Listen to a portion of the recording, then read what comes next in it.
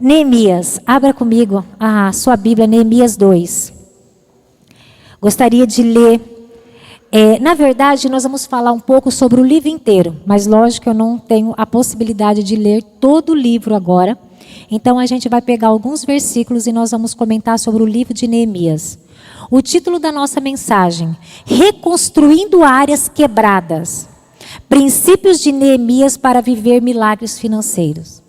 Reconstruindo áreas quebradas. Princípios de Neemias para viver milagres financeiros. Nós vamos falar em vários milagres, mas como o nosso foco na sexta-feira é viver milagres na vida financeira, a gente vai se deter um pouco mais na vida financeira. Neemias 2, 17 e 18 para nós começarmos. Amém? Glória a Deus. Nós vamos ler na NAA. Diz assim: Então eu lhes disse, vocês estão vendo a miséria que nós estamos.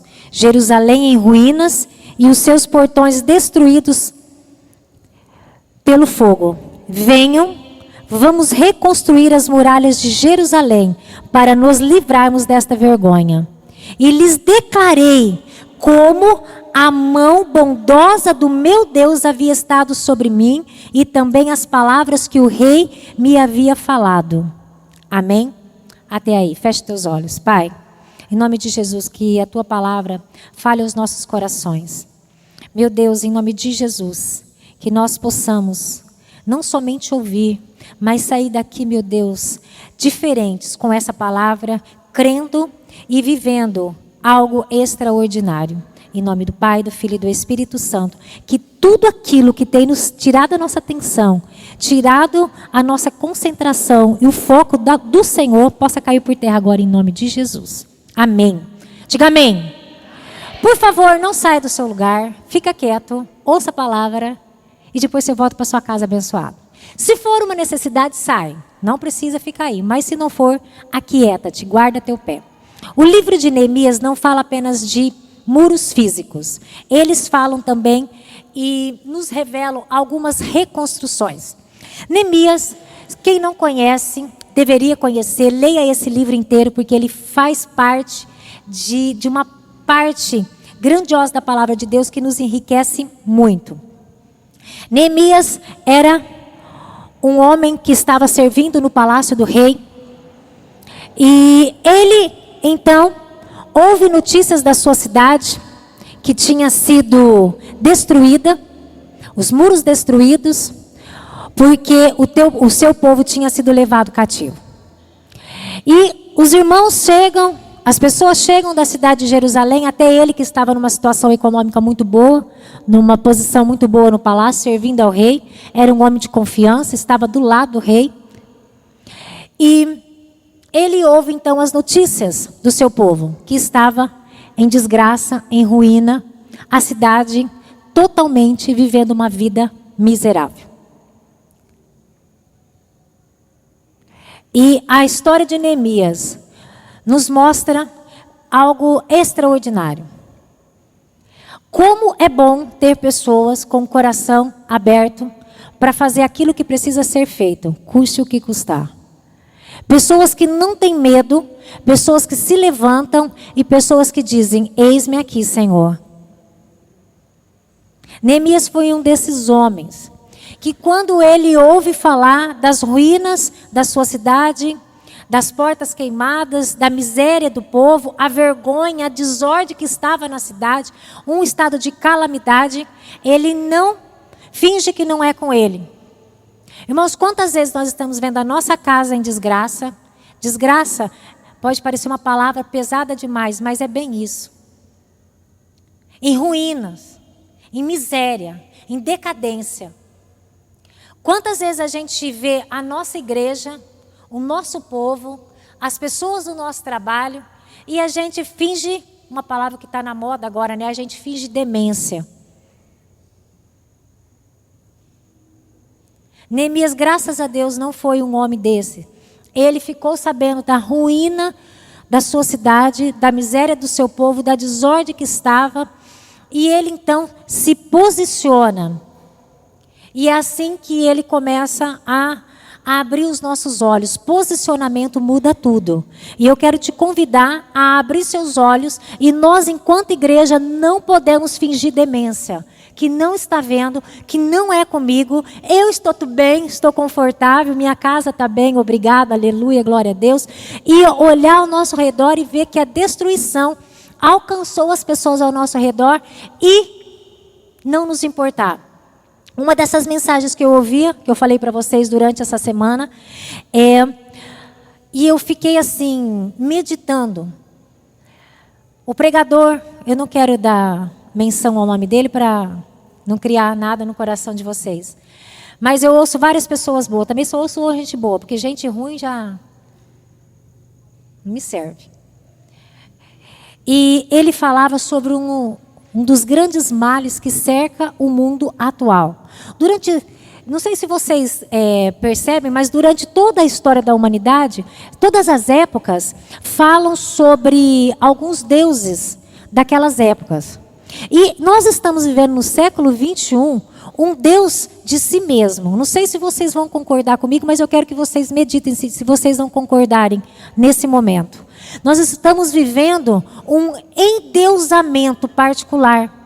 Nós estamos nos sentindo, as pessoas, os seres humanos hoje, estão muito eu.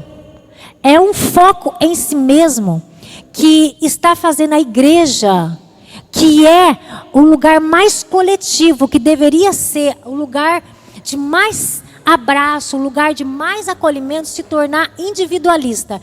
Eu, minha casa, meu problema, minhas coisas, é o foco no eu. É uma geração tão focada no eu que hoje a gente fala muito do self, né?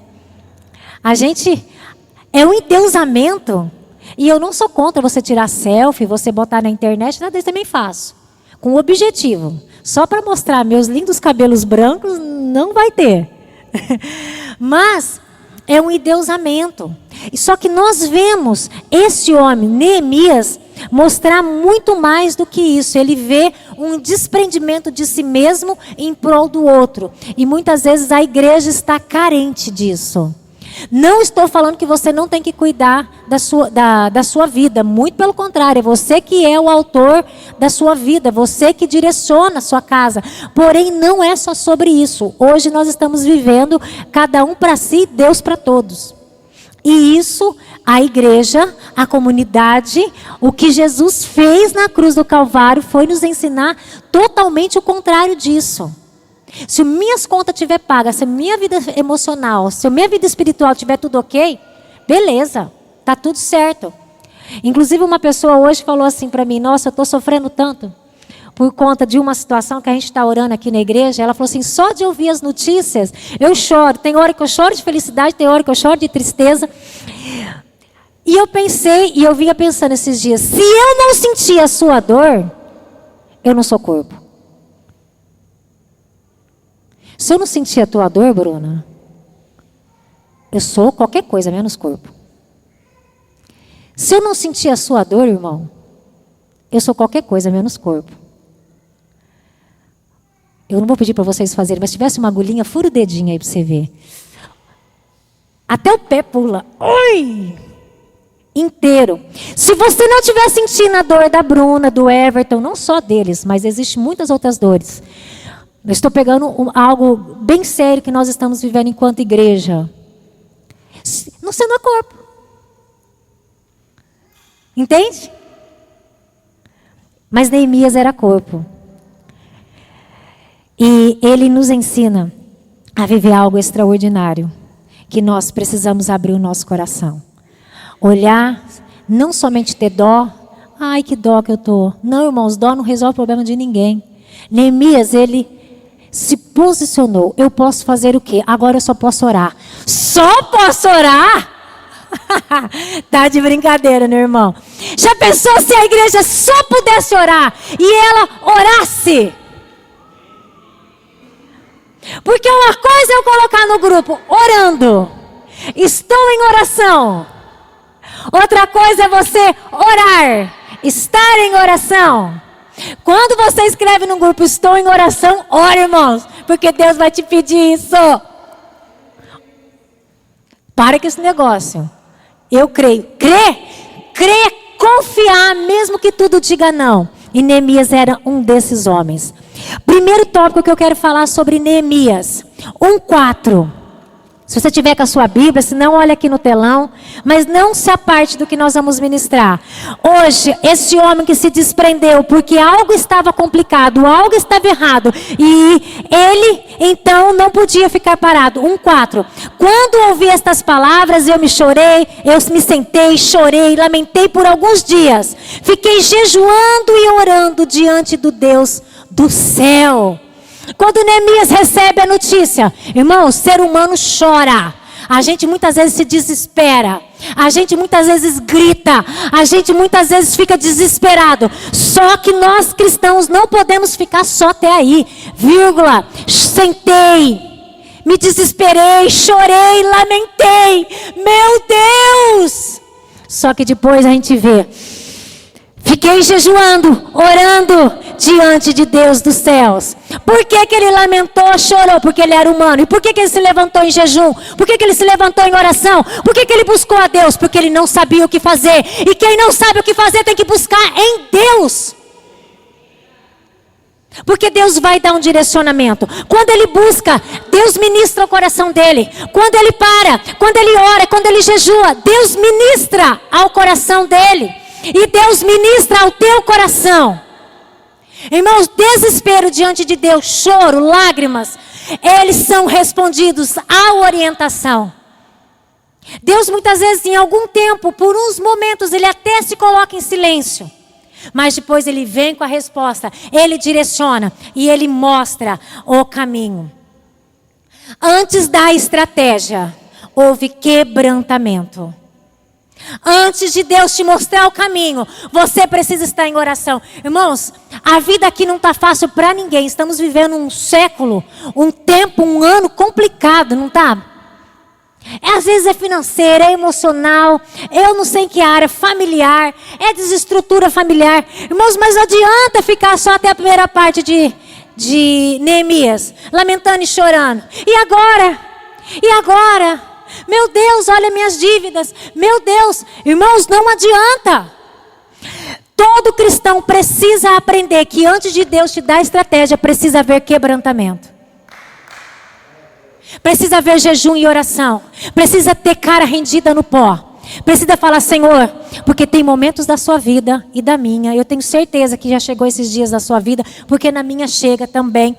Que a gente fala assim, agora só Deus. Irmãos, e Deus vem, responde, direciona, muda destino, dá direcionamento. Foi o que Neemias fez. Qual é o problema da tua casa? Está desanimado. Irmãos, todos nós aqui temos motivo para estar desanimados, eu tenho certeza. E sabe por que tem muita gente em casa agora? Porque estão desanimados. Neemias é um exemplo para nós. Enquanto você fica desanimado, Satanás vence. Irmãos, tem dia que é tão desafiador que a gente tem vontade de levantar da cama. Tem dia que eu não tenho vontade de vir para o culto. E eu tenho certeza que você também tem. Tem dia que eu não tenho vontade de pregar, não. Que tem dia que eu falo assim, Deus, passa de mim esse cálice. Pastor, como que você fala isso gravando na internet? É para todo mundo, que todo pregador passa por isso. Tem dia que eu sei que você está cansado, chega a estar dormindo no banco. Está cansado. Mas, irmãos, aquele que se levanta, aquele que busca, aquele que se encontra com Deus, Deus dá direcionamento.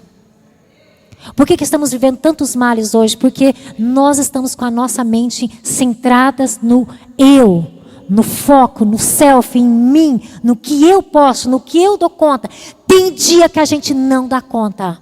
E Neemias sabia da missão que ele tinha. E ele precisou se quebrantar diante de Deus, porque ele também sabia que ele não dava conta. Muitos querem soluções rápidas, mas ignoram a presença de Deus. Não vai acontecer. Ai, queria tanto que acontecesse um milagre.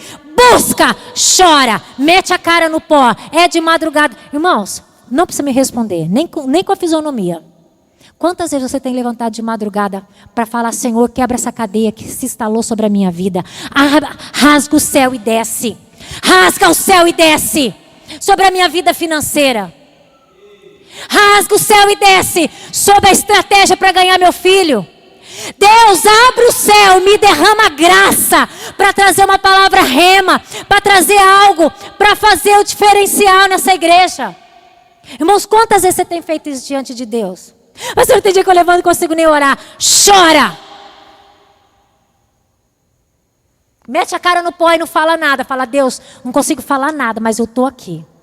Irmãos, céus se abrem. Mas enquanto a igreja fingir demência, vamos passar por épocas cada vez mais difíceis. O Senhor está nos chamando para tirar a demência de nós. Está? Busca em nome de Jesus. O que Neemias nos ensina com isso, que o milagre começa quando levamos nossas necessidades a Deus antes de correr atrás de soluções humanas. Pastora, você é contra a solução humana? Não. Eu sou a favor de médico, eu sou a favor de psiquiatra, eu sou a favor de trabalhar, de todos os recursos humanos, tá? Porque também confiar em Deus não é deitar e esperar que o serviço caia do céu, não é isso. Todos os recursos humanos são favoráveis, físicos ou não. Mas nós primeiro precisamos levar nossas necessidades a Deus. Homem, a tua família, a tua esposa, teus filhos dependem da tua oração. E eu te pergunto, quanto tempo você tem gasto de oração? Irmãos, não adianta ficar esperando aquela famosinha frase que, ora por mim. Todo mundo vai orar por você. Só que a melhor oração que tem é aquela que você faz por você mesmo. Aquela que você busca diante de Deus. A oração organiza o que a ansiedade está bagunçando nas nossas vidas. Irmão, se você não sabe o que fazer, eu vou te falar. Dobra o joelho. Esses dias, achei tão bonitinho. Uma pessoa falou assim para mim. Eu nem sabia que podia orar tanto, como eu tenho orado agora. Eu falei, glória a Deus. Nem sabia que eu podia orar tanto. Eu ouvi aquilo assim e eu falei, Deus tem feito grandes coisas. Eu não sei porquê, eu não entendo, mas Deus tem feito grandes coisas. Amém? Talvez você está tentando tantos recursos, né? Às vezes você já pediu empréstimo, você já correu atrás de alguém. E agora eu vou te ensinar o maior segredo da sua vida. Depois você volta aqui e me fala. Se você fizer, corre atrás de Deus. Corre atrás de Deus. Foi o que Neemias fez. Ele recebeu o milagre, orando ao Deus do céu. Segundo ponto que Neemias nos ensina, quando ele fica sabendo da miséria do seu povo, que a cidade toda destruída, o templo, o único lugar de adoração da época, destruído. Ou seja, a vida espiritual do povo estava em ruína. Não tinha onde adorar. Não é igual hoje que tem a IADA, Batista, Assembleia. Cada esquina tem uma igreja. E tudo bem, está ótimo, tem que ter mais. Não. Segundo ponto, Neemias teve visão clara da reconstrução. 2:12. Hoje eu não vou ler um texto só, nós vamos ler vários versículos. Então o rei me disse. Peraí. É isso mesmo. 2:12. Neemias teve uma visão clara. Neemias faz algo extraordinário. Qual era a visão? O rei, versículo 2. Peraí, irmãos. 12. Achei. É que os olhos já não estão mais. Aqui. Me levantei à noite, junto com os poucos homens que estavam comigo. Não declarei a ninguém o que o meu Deus havia posto no meu coração para eu fazer em Jerusalém. Segundo ponto, Neemias não saiu que nem doido, correndo, fazendo o que deu na telha. Ele buscou a direção de Deus, ele saiu dali da posição. Se você ler o capítulo, o livro inteiro, você vai entender toda a história. Ele sai da onde ele está, ele vai para a cidade e chega lá na cidade para reconstruir. Ele não chega lá e, eis-me aqui, Senhor, agora já cheguei, vamos comer. Não.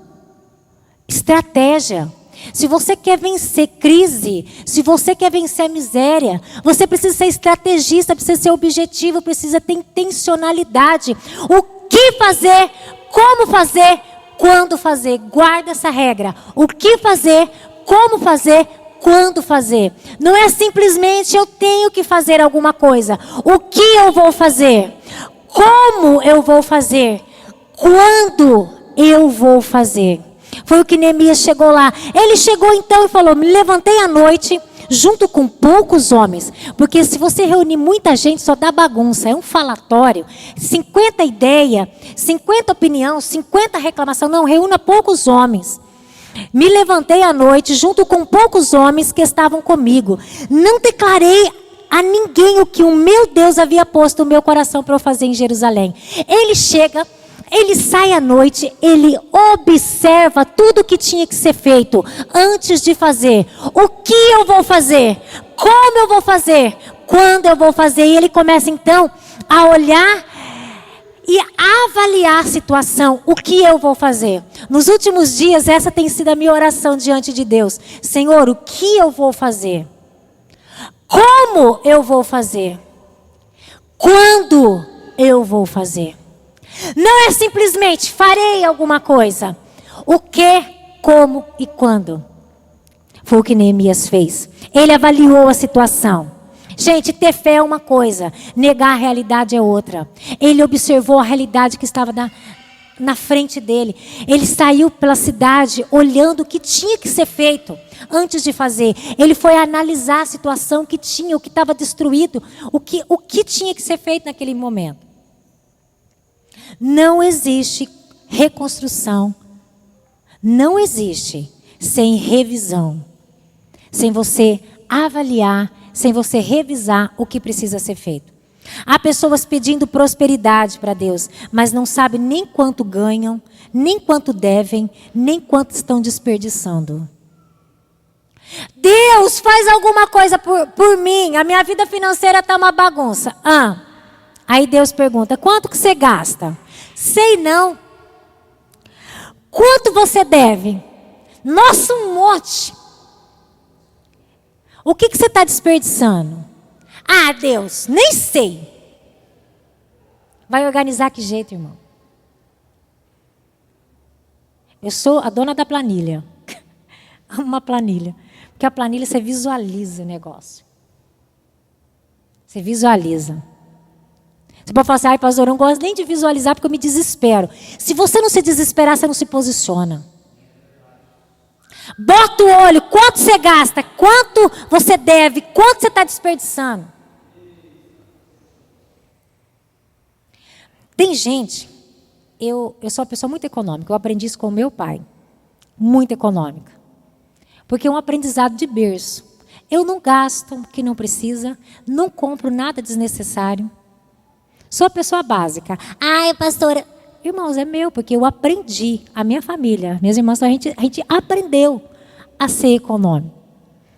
Eu não sei no mercado comprar 10 quilos de batata e enfiar na gaveta da minha geladeira, para consumir um mês inteiro. Não faço isso. Pastora, mas eu faço, tudo bem, não tem problema nenhum, irmãos, não é uma crítica. Mas eu não sei fazer, eu vou lá e compro aquilo que eu vou gastar na semana. Eu não gosto de abrir a geladeira e ter uma batata podre ali, porque uma que estraga, um fedor e... Parará. Então, você tem que saber o que você está desperdiçando. Então, a gente tem que fazer revisões. Não precisa fazer o que eu faço, irmãos. E eu não como a crítica a quem faz um monte, de jeito nenhum. Porque tem coisas que é melhor você ir no mercado e comprar para o mês inteiro, porque acaba tendo uma economia maior. Faz uma compra maior. Beleza. Não é sobre isso, é sobre desperdício. Compra um monte de coisa e estraga tudo. Não é sobre o que você e como você faz. Deus opera milagres, mas também ensina algo básico que a igreja precisa aprender: administração. Administrar aquilo que chega nas tuas mãos. Irmãos, é uma luta isso aqui, na vida de todo mundo. Não sei se na sua, mas na minha é. Administrar e administrar bem. É uma luta, mas nós precisamos aprender. Porque não é só sobre gastar, é sobre o que fazer, como fazer e quando fazer. Se nós não soubermos administrar, a gente se perde. Você sabe exatamente onde sua vida financeira está quebrada, arrebentada? Há 1 ano e meio, eu tenho uma visão clara disso. Mas durante muitos anos da minha vida, eu não sabia o que entrava, o que saía, como... Há 1 ano e meio, depois que eu aprendi sobre administração de recursos financeiros, eu me posicionei. Eu dei um basta e falei, agora eu quero saber. Você conseguiu resolver tudo? Não, mas hoje eu sei o que eu tenho que fazer. Quanto que eu gasto, quanto que a igreja gasta, quanto que entra, quanto que não entra, o que precisa para suprir. É uma visão clara que eu estou trabalhando na minha vida. Porque se você não sabe, você vive uma vida de um dia dá certo. Esses dias eu sentei o pastor e falei, senta aí. Eu tenho feito isso todo mês. Aí a gente pega todas as contas da igreja, entra isso, quanto sai? Isso. Coisa que eu não fazia antigamente, mas agora a responsa é minha. Então eu tenho que fazer. A gente tem que aprender. Quanto entra? Quanto que está faltando? E agora quando eu vou orar, eu sou objetiva. Deus, a igreja arrecada tanto. Só que eu preciso de tanto para sobreviver. Vocês estão entendendo? O que é? Para chegar onde eu quero, a igreja tem que arrecadar pelo menos 5 vezes mais. Onde você quer chegar? Eu quero chegar numa grande igreja, fazendo grandes obras, obras assistenciais, obras evangelísticas, e para isso precisa de recurso. Por isso que eu oro para que você seja abençoado, que você prospere. Porque com a arrecadação que a gente não chega onde eu quero, onde Deus tem para nós. Então você tem que ser objetivo. Pastora, quando você está orando? Irmãos, depois quando você vem aqui que você vai orar comigo, eu te falo o valor. Onde nós vamos chegar? Vamos chegar com o povo próximo, porque quem está aprendendo sobre administração, quem está aprendendo com Neemias, vai sair daqui hoje e vai olhar a situação. Da igreja? A da igreja, a sua. E você vai mudar. E quando a igreja muda, quando a igreja prospera, o reino prospera. Amém? Em nome de Jesus. Terceiro ponto de Neemias. Neemias mobilizou pessoas e assumiu responsabilidade. Eu quase já fui para o terceiro ponto, né? Eu estou mobilizando você. Irmãos, em nome de Jesus, levanta e ser próspero. Neemias, quando ele chega, ele vê a situação, ele fala, eu vou fazer várias coisas. Ele se responsabiliza. Só que ele também entende assim, sozinho eu não dou conta. Eu que eu tenho orado a Deus do céu. Deus, eu tenho um olhar panorâmico da igreja. Só que sozinha eu não dou conta. Só que também eu não vou tirar o meu corpo. Eu estou aqui.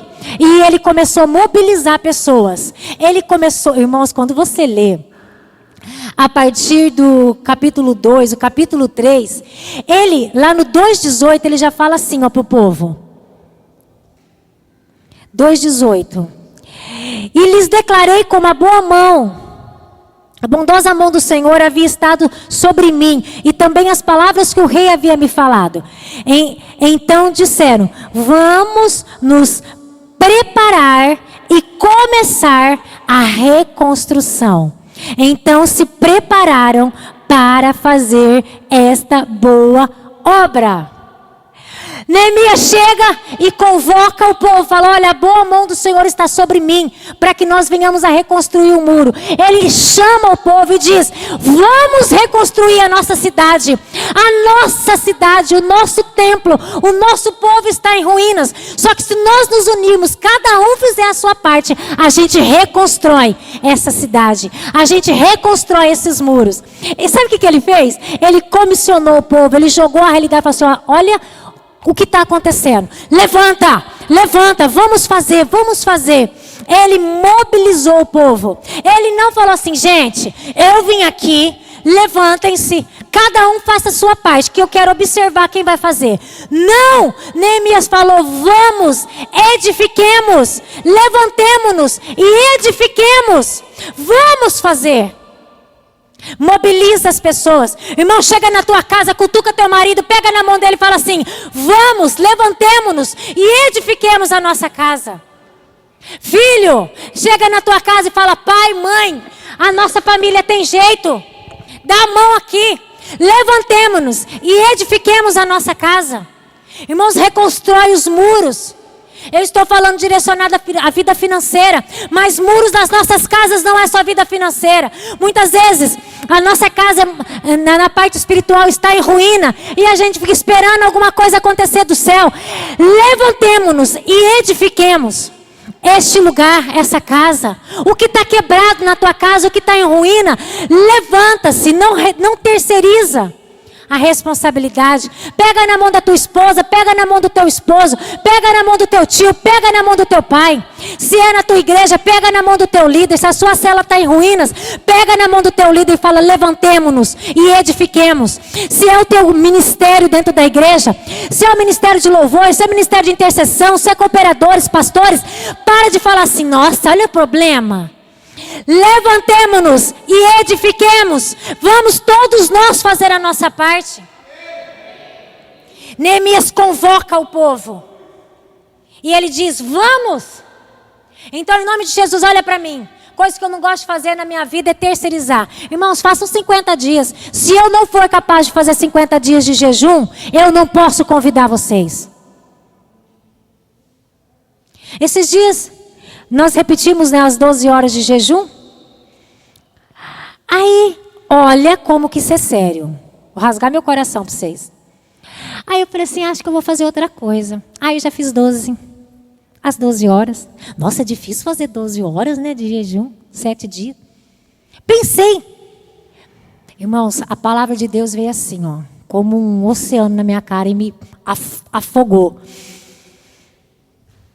Se você colocou 12 horas, porque fui eu que fiz, como que você tem a capacidade de mudar isso? Para qualquer pessoa é opcional, para você não. Pensa alguém que murcha diante de Deus. Falei: Deus, foi só uma sugestão. Imagino, eu não ouvi Deus falar isso não, mas eu acho que Deus vai falar assim: que sugestão, hein? Se eu coloquei carnes vermelhas, eu tenho obrigação. Se eu coloquei 12 horas, eu tenho obrigação. Porque eu não posso falar para você fazer 12 horas de jejum se eu não fizer. Eu não posso.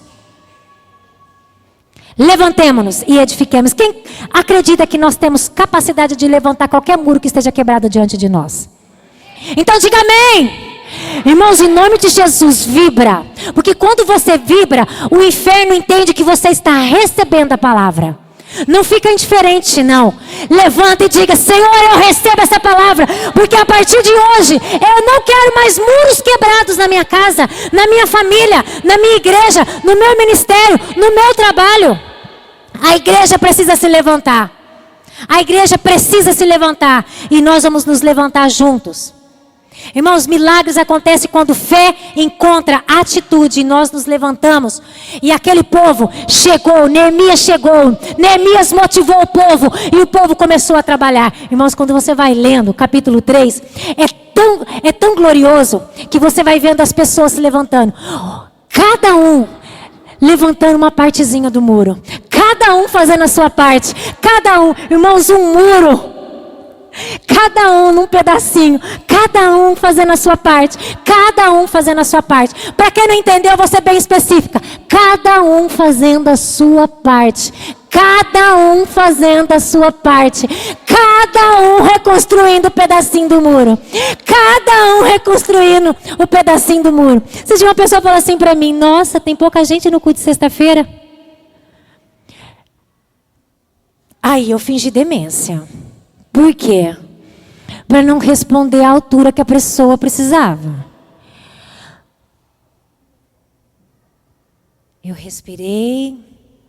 Falei: é verdade, a gente precisa orar. Mas a minha vontade era de responder assim: quantas vezes nesse mês você veio no culto de sexta-feira? Como eu posso falar para o irmão: nossa, o culto de sexta-feira está vindo pouca gente? Eu só posso falar se eu venho. Senão não posso. Pastora, mas eu quê? Nem eu não, irmãos. Ai, não vou vir mais de sexta-feira. Vem sim, porque vai ser benção para a tua vida. Amém. Eu sou doida, mas Deus me aprova. Sou doida só de jeito de falar. Milagre acontece quando fé encontra atitude. Se o povo olhasse o muro e falava assim, nossa, tá tudo quebrado, né? Ô Ian, você não vai reconstruir o muro? Não! Cada um fazendo um pedacinho, cada um fazendo um pedacinho, cada um fazendo a sua parte, cada um fazendo a sua parte. Onde está quebrado para você? Olha o que está quebrado e começa a reconstruir. Para de terceirizar e começa a tomar atitude. Muitos de nós podemos nos levantar. Eu vejo Deus fazendo uma pergunta: o que eu estou fazendo? Deus me perguntando: Carla, o que você está fazendo? O que precisa ser ajustado? Quais hábitos precisam ser mudados para que eu reconstrua? É um posicionamento de oração? É um posicionamento espiritual? É um posicionamento de bater no peito e falar assim, eu vou ser o primeiro a chegar, vou ser o último a sair. Eu vou visitar o irmão que não está vindo na igreja. E não é só sobre culto de sexta-feira, não, irmãos. É ir visitar aquele irmão. Nossa, aqueles irmãos não estão vindo na igreja. Você ligou, você mandou o WhatsApp, você foi lá, você orou, você jejuou, você fez alguma coisa. É sobre isso que a igreja precisa reconstruir muros. Quais são as pessoas? Vão se preparando porque o mês que vem nós vamos fazer um mês evangelístico nessa igreja. Eu e mais um. Você já começa a colocar isso no coração de vocês, porque em junho nós vamos ter 30 dias de eu e mais um. É que nós vamos 30 dias orar, jejuar, clamar, evangelizar e buscar uma pessoa. Um desviado ou um não cristão. Crente de outra igreja eu não quero. Deixa eles lá com o pastor deles. Já estão sendo abençoados. Amém? Quarto ponto. O pessoal do louvor pode subir. Eu tenho 4 e 5 ainda, mas eu vou me apressar. Toda reconstrução enfrenta a oposição. Neemias, quando ele começa a reconstruir muros, o que acontece? Ele começa a reconstruir, a oposição se levanta, lá vem os reclamadores, lá vem aqueles dizer assim, não vai dar certo, ih, a gente já tentou, ih, a gente já fez. Esses dias eu buscando a Deus, clamando, vindo aqui todo dia na igreja orar, buscando direcionamento. Um filho de Nabucodonosor chega em mim e fala assim, nossa, mas a igreja está murchinha, né? Eu falei, eu já repreendi, falei, toda cilada do cão. A gente buscando 50 dias, cadê o povo da igreja? Sai em nome de Jesus. Fazendo estratégia com os pastores, fazendo estratégias e... sai em nome de Jesus. A oposição virá, mas ela vai chegar e ela vai cair. Chegou para Neemias para barrar a obra, para falar, vocês não vão conseguir. Críticas, zombarias, pessoas desacreditando, pessoas trabalhando contra. Não vai dar certo, não vai prosperar. Ih, eu falei, não me escutou. Mas Neemias continuou. Muitas pessoas vão dizer assim, seu filho não tem mais jeito. Seu marido, aquele que só sabe, aquele Zé Pilintra, não tem mais jeito. Mas em nome de Jesus, reconstrua os muros da sua casa. Se levanta como Neemias, muda a história. Neemias conseguiu e você também consegue. Qual área da sua vida está quebrada? Quais muros já caíram? E você e as pessoas estão dizendo assim para você, eu falei, né? Em nome de Jesus, o Senhor hoje nos levanta para mudarmos essa história. Quinto e último ponto, Neemias corrigiu injustiça e alinhou princípios. Irmão, chegou uma hora, lá no capítulo 5 você lê sobre isso, de Neemias. O povo estava explorando o próprio povo, cobrando coisas absurdas. Irmãos, em nome de Jesus, Neemias chegou para reconstruir os muros em todas as esferas. E quando ele percebeu que havia exploração, Neemias não fingiu demência. Ele confrontou o povo e alinhou o povo. Prosperidade exige muito mais do que movimento. Exige com movimento integridade. Em todas as áreas. Quer prosperar? Faça a coisa certa. Do jeito certo, em nome de Jesus, alinhado com o céu. Deus nos abençoa, mas nós não podemos fazer da forma errada. Ele honra mãos limpas. Não faça do jeito errado, em nome de Jesus. Milagre financeiro exige de nós honestidade, fidelidade, generosidade, caráter irrepreensível. O Senhor precisa olhar para nós e não ter o que corrigir em nós. Em nome de Jesus.